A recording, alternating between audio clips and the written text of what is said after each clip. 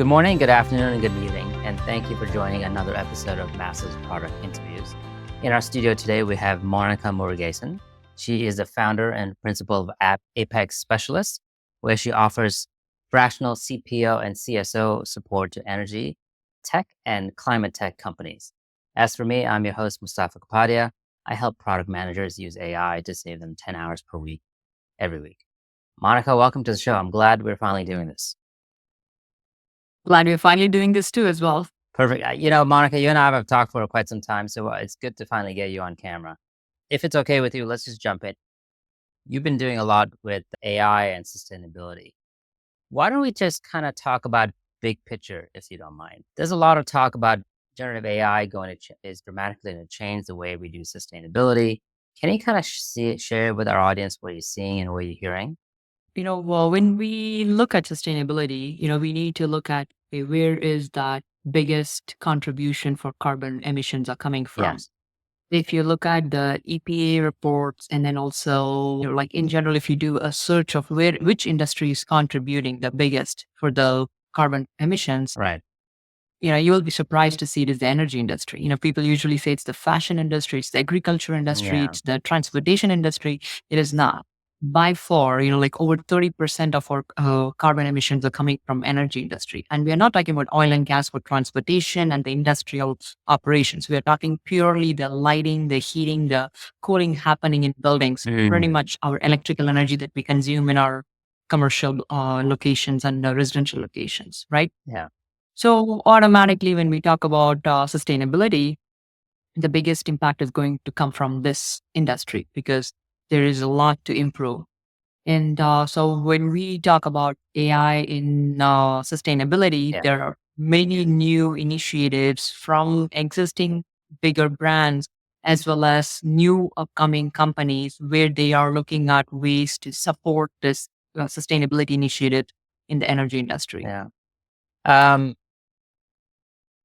So let's get a bit more specific. Like, what are some of the use cases that you're seeing?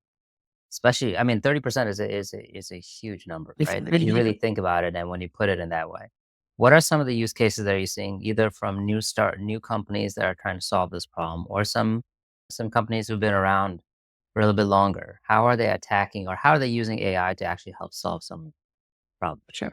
So if we look at in a broader picture, like in a like in a 50,000 feet view of what can AI do, I split what AI can do into three segments. Right, one is in optimization, and we will come to each one of these categorization. So the next one is predicting. What is going to happen, when is it going to happen, prediction, and the third one is in research. Okay, so going from the first one, optimization, like the major use cases do come in buildings, right? Like, so we do have commercial buildings, it could be multifamily residences, or it could be commercial office buildings with 30, 40 floors, every floor, lighting running 24/7, heating, cooling, HVAC system running 24/7. And that's where that optimization of AI comes in. Got it. You can look at the building occupancy. Okay, is this floor really occupied to run all this system, right? And optimizing to run bare minimum needed with respect to the lighting and HVAC. And comes in, this is where you collect data from the sensors, whether it's a motion sensor or your weather sensor, because your building temperature setting is going to be dependent on what the weather is. So you need to collect your climate data, your current weather data to say, okay, so it is going to be stormy, windy days the next 3 days. So there's going to be a cranking up of heating in the building. So knowing that and optimizing your system, that is where AI comes in now in the optimizing segment. Prediction is something really good. Like we have usually, like in the past, we have looked at data. We have used multiple methods to do a simple programming of, like if, then else, a simple programming, right? Like as a programmer, you would have done, if these conditions happen, then do this. Same thing, but AI can do it with amount of data, right? Like plethora of data we are collecting with, like going back to the previous example, just with the building, you can collect, okay, the last 5 years of how this system was in each one of these floors, or the last 5 years, how the weather was, predicting what's the weather going to be in the next few weeks, and looking at the building energy consumption, and then looking at how to predict where this consumption is going to go the next few days, next few weeks, next few months, Right. and then planning for it, right? And the third one is research. This is where it's a big role here, right? Because when we are using AI for research, we are going beyond what is possible in the physical world. Yeah. Like, for example, if you want to crack up the temperature to, like 180 or 480, whatever the temperature you want to test for, your setup for, you can do that with AI, like where you do not have to have a real lab situated to do that full physical setup happening to do that. So this is where research, AI is going to help Okay. in big ways for the research. So it's very much in the data crunching piece that you're talking about. And Mhm. I love the segmentation you're talking about in optimization, prediction, and research. If you don't mind me, let me drill down a bit more. So when you gave these use cases, what is the timeline that you're looking for? Like, are these do you think that we'll see some of these benefits relatively quickly? Are you talking like 1 or 2 years, or you think that we actually have a long time before we actually see it making an impact? But it is not going to be by, flipping a switch. It's not Yes. going to happen overnight. It is going to happen gradually, right? Yeah. Like, in my, experience, I would say even Alexa and all these voice enabled assistants, they are in some way, they are AIs, right? Like, Yeah. where from the time I bought Alexa, maybe 10 years ago or something, she can exactly tell me in the morning I'm going to my office, and Yeah. she'll not, or tell me the weather with the duration based on the current traffic Yeah. conditions. Right. So this is how gradually you are going to see that. No matter which segment you are in, you are industrial segment, looking at how manufacturing is improving, or healthcare segment, how diagnostics is improving. Yeah. You are going to see that gradually. It's not going to happen overnight that you flip the switch and then everything is AI driven. You're going to see gradually improvements in whatever we are, the process operations is meant to do. Same thing when it comes to the energy segment as well. There are, there are smart meters out there. That's been collecting information about every residence, and that data is being used to predict the customer behavior, to predict the user behavior in every home. And based on that, the utilities are planning their energy demand and planning their energy supply. And it's fair enough. I completely agree. I mean, a lot of these things are gradual, and you'll see some benefits now, and they'll accrue over time.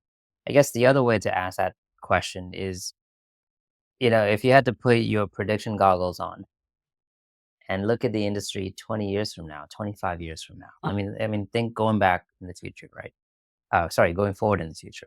How do you see it changing, right? You start off with, I think, with a very good problem in which 30% of the energy is Yeah. issues are produced by just the energy itself that we consume, right? So how do you see the industry changing in, say, 20 years from now, 25 years from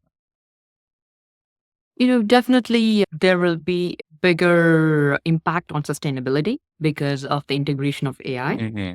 Hmm. Like you do have, hopefully we have reduced being that 30% contributor for the carbon emissions to further below that limits.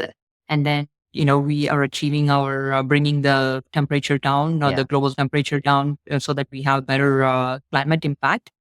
Like as a daily user, or as somebody who is involved in the industry, I can say that you will see better renewable integrations. Right now, you do not have that as widely adopted. The renewable integration, and also electrification is much more prominent. Like the electrification of transportation is just happening. hmm, And, if there are more renewables integrated, there will be much more electrification happening, whether it is in your public transportation, from your, public transportation buses, or even cargo, like transportation, logistics, right. trucks and everything.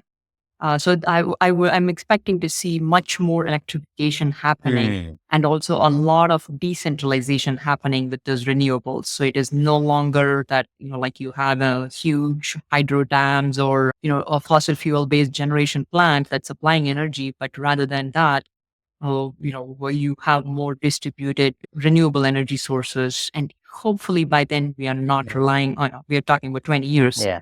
which I'm hoping we are not relying much on carbon-based Carbon. fuel. Yeah. I don't mind hydro generation plant with Yeah. carbon-based fuels. And I'm assuming that in the background, all of the data crunching is still done is done through AI. Yeah. Yes. Mhm. Yeah, because there's so much data, I do It not is. see it It's a any other massive way. amount of data and how you use Yeah. it to be more effective. I love Mhm. your original idea about just using it to optimize, right? I mean, that Mhm. itself can, I'm sure, can help us save quite a bit. Let's, so I know we talked about the future and the use cases. Let's kind of bring it back to the present, right? So if you look at the picture that you painted about how you can use AI for all of these three things that you talked, what do you think are the biggest challenges for organizations or companies or people to start adopting these new technologies to use it in the way that you just talked about? And how do you overcome them?